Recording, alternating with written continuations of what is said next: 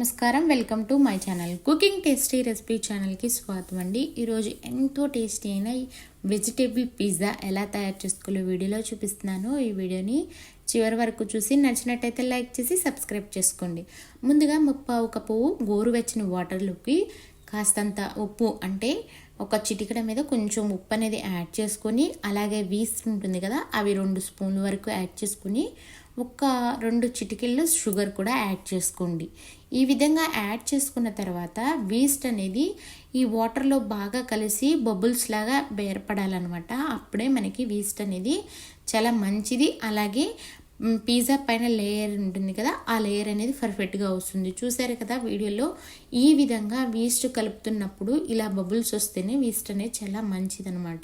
ఇలా కలిపిన వీస్ట్ని ఒక 5 నిమిషాల తర్వాత చూడండి, ఇలా బబుల్స్ అనేవి ఏర్పడతాయి. అలాగే వీస్ట్ అనేది కూడా మెల్ట్ అయి ఉంటుంది. ఇప్పుడు మనం 1 కప్పు మైదాని ముందుగానే ఇలా జల్లించుకొని తీసుకొని రెడీగా ఉంచుకోవాలండి. ఇలా తీసుకున్న మైదాలోకి మనం ముందుగా కలిపి పెట్టుకున్న వీస్ట్ వాటర్ ఉన్నాయి కదా, అవనేవి కలుపుకుంటూ మైదాలో ఎక్కడ గడ్డలు కానీ ఎలాంటివి ఏమీ ఉండకుండా పిండంతా బాగా కలిసేలాగా ప్రెస్ చేస్తూ కలపాలండి.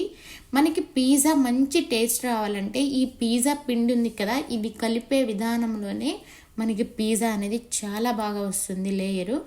ఇలా కలుపుతున్నప్పుడు మినిమం 5 మినిట్స్ వరకు బౌల్లో బాగా ప్రెస్ చేస్తున్నట్టు ఇలా కలపాలండి. ఇలా కలిపిన దాంట్లోకి కాస్తంత ఆలివ్ ఆయిల్ అనేది అప్లై చేస్తూ మనం ఈ మైదా పిండిని మరొక 2 నిమిషాల పాటు కలుపుకోవాలన్నమాట.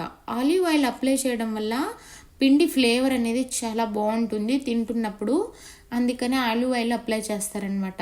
ఈ విధంగా ఆలివ్ ఆయిల్ లేని వారు కొంచెం బటర్ అయినా అప్లై చేసి ఈ పిండిని ఈ విధంగా కలుపుకోవాలండి. ఇలా కలుపుకున్న తర్వాత మనం ఒక ఫ్లోర్ మీద మైదా పిండి యాడ్ చేసేసి కొంచెం ఈ పిండిని ఈ వీడియోలో చూపిస్తున్నట్టు ఇలా సాగదీస్తున్నట్టుగా బాగా కలపాలండి. ఇలా కలిపినదైతేనే పిజ్జా క్రషర్ అనేది చాలా క్రిస్పీగాను చాలా టేస్ట్గా, అలాగే మనం వేస్తాం కదా సాసేజ్, అలాగే మజిల్లా చీజ్ అనేవి, అవి బాగా పీలుస్తుంది అనమాట. ఇలా కలిపిన తర్వాత మనం మైదాని ఇలా వెనక్కి ఫోల్డ్ చేస్తూ రౌండ్ బౌల్లా తయారు చేసుకోవాలి. ఇలా తయారు చేసుకోవడం వల్ల మనం మైదా ఈ క్వాంటిటీ ఉన్నది డబల్ క్వాంటిటీ అవడానికి చాలా బాగా వస్తుందన్నమాట. ఇలా రౌండ్గా కలుపుతున్నప్పుడు మీకు ఎక్కడైనా చేతికి అంటుకున్నట్టుగా అనిపిస్తే కాస్తంత ఆలివ్ ఆయిల్ లేదంటే బటర్ అనేది అప్లై చేసుకొని హ్యాండ్స్కి ఇలా ఫోల్డింగ్ అనేది రివర్స్ చేస్తూ కలుపుకోవాలి. ఇలా కలుపుకున్న దాన్ని మనం కలుపుకున్నాం కదండి మైదాని, అదే బౌల్లో ఇలా మైదాని పెట్టేసుకొని దానికి లైట్గా ఆలివ్ ఆయిల్ అనేది అప్లై చేసుకోవాలన్నమాట. ఇలా ఆలివ్ ఆయిల్ అప్లై చేసుకోవడం వల్ల ఫ్లేవర్ అనేది బాగా ఉంటుంది.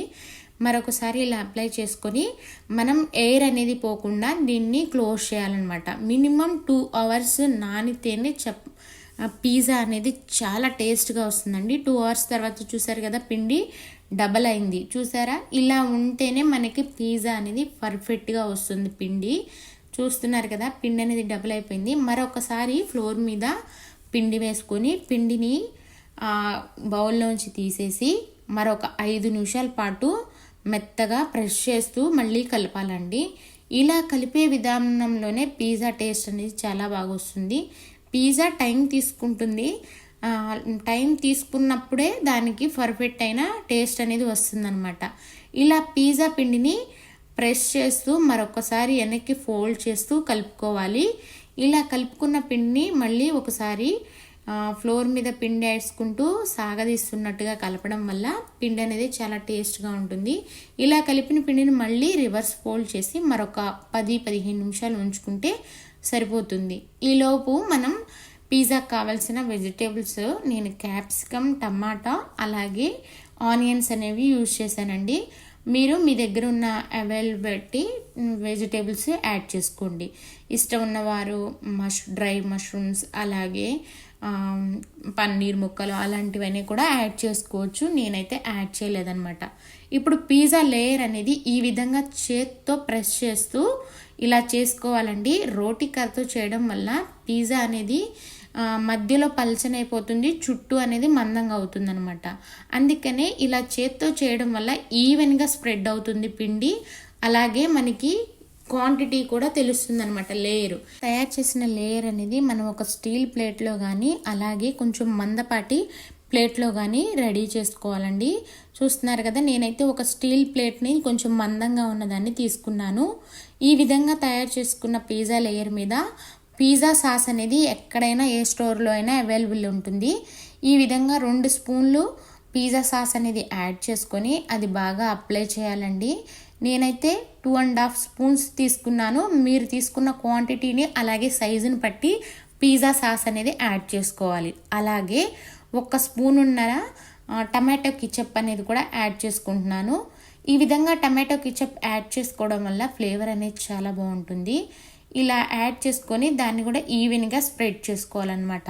ఇలా స్ప్రెడ్ చేసుకున్న పిజ్జా సాసు అలాగే టమాటా కెచప్ తర్వాత ముజెల్లా చీజ్ అనేది ఉంటుంది కదా, అది అనేది అప్లై చేసుకోవాలండి. ముజెల్లా సాస్ అప్లై చేసుకున్న తర్వాత మనం కట్ చేసి పెట్టుకున్న క్యాప్సికము అలాగే టమాటా ముక్కలు అలాగే ఆనియన్ ముక్కలు, మీ దగ్గర మష్రూమ్ ముక్కలు కానీ లేదంటే పన్నీర్ ముక్కలు కానీ ఉంటే అవి కూడా యాడ్ చేసుకోవచ్చు.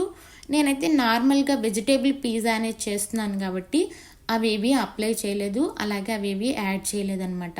ఈ విధంగా అన్ని వెజిటేబుల్ ముక్కలు యాడ్ చేసిన తర్వాత మనం ముజెల్లా చీజ్ అనేది ఒక లేయర్గా చీజ్ అనేది యాడ్ చేసుకుందామండి. ఇలా పైన లేయర్గా ముజెల్లా చీజ్ వేసుకోవడం వల్ల చాలా ఫ్లేవర్గా ఉంటుంది. అలాగే స్టవ్ మీద ఇసుక కానీ ఏదైనా సాల్ట్ కానీ ఒక మందపాటి లేయర్గా యాడ్ చేసుకుని అది ప్రీహీట్ చేసుకుని రెడీగా ఉంచుకోవాలి. మనం తయారు చేసి పెట్టుకున్న పిజ్జాని పెట్టుకొని ఆ పిజ్జాలోని ఫ్లేవర్ అనేది బయటికి పోకుండా ఇలాంటి మూతతో కవర్ చేసుకుని ఒక 30 మినిట్స్లో పిజ్జా అనేది రెడీ అయిపోతుందండి. చూసారు కదా, ఎంతో సింపుల్గాను టేస్టీగా వెజిటేబుల్ పిజ్జా అనేది ఈ విధంగా తయారు చేసుకోవచ్చండి. మీకు మాత్రం ఈ వీడియో నచ్చినట్టయితే తప్పకుండా లైక్ చేసి సబ్స్క్రైబ్ చేసుకోండి. Thanks for watching.